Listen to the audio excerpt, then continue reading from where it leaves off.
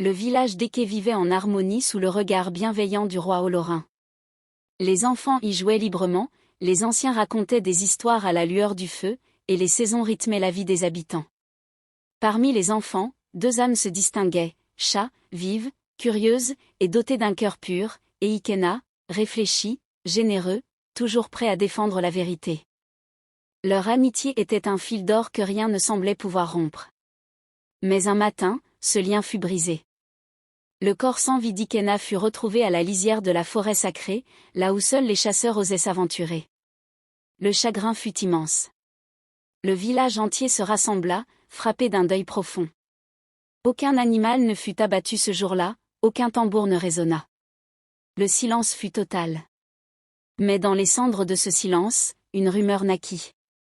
Certains évoquaient une dispute entre Ikena et Toba, le fils de Monsieur Samuel, un homme influent, respecté mais craint. D'autres affirmaient qu'Ikena savait quelque chose qu'il n'aurait jamais dû découvrir.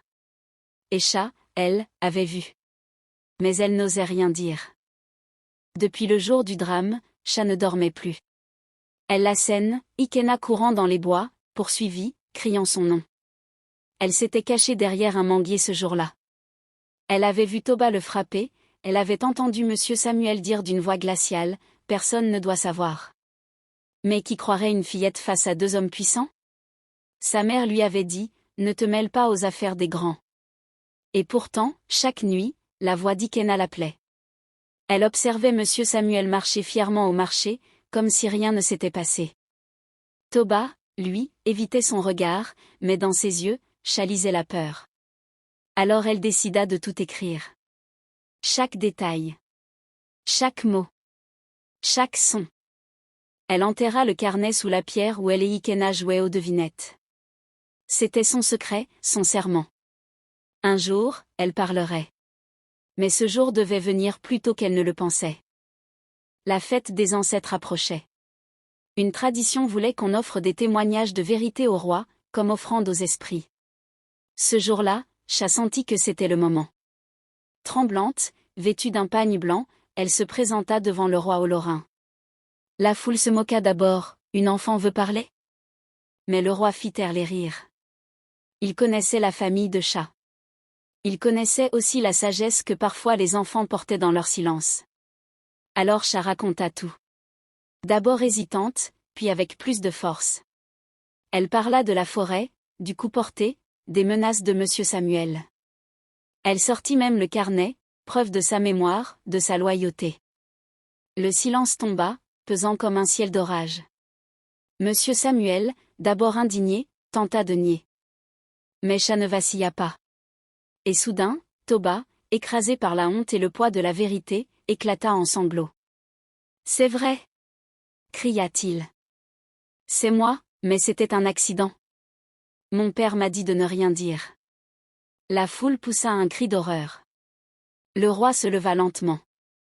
Ses yeux reflétaient la douleur d'un père, la sagesse d'un roi, et la justice des ancêtres. Le roi convoqua le conseil des sages. Selon la loi du royaume, un meurtre déguisé en accident, dissimulé par mensonge, méritait l'exil. Monsieur Samuel fut déchu de tous ses titres. Il perdit terre, honneur et fut conduit hors du village, sous la surveillance des gardes.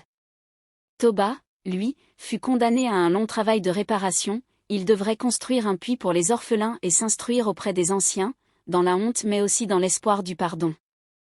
Le roi s'adressa alors à Sha devant tout le peuple. Tu as eu le courage que beaucoup d'adultes n'ont pas. Tu as honoré ton ami, la vérité et les ancêtres. À partir de ce jour, tu étudieras avec les sages du royaume. Tu apprendras à guider. Car un jour, tu seras la voix que le monde écoutera.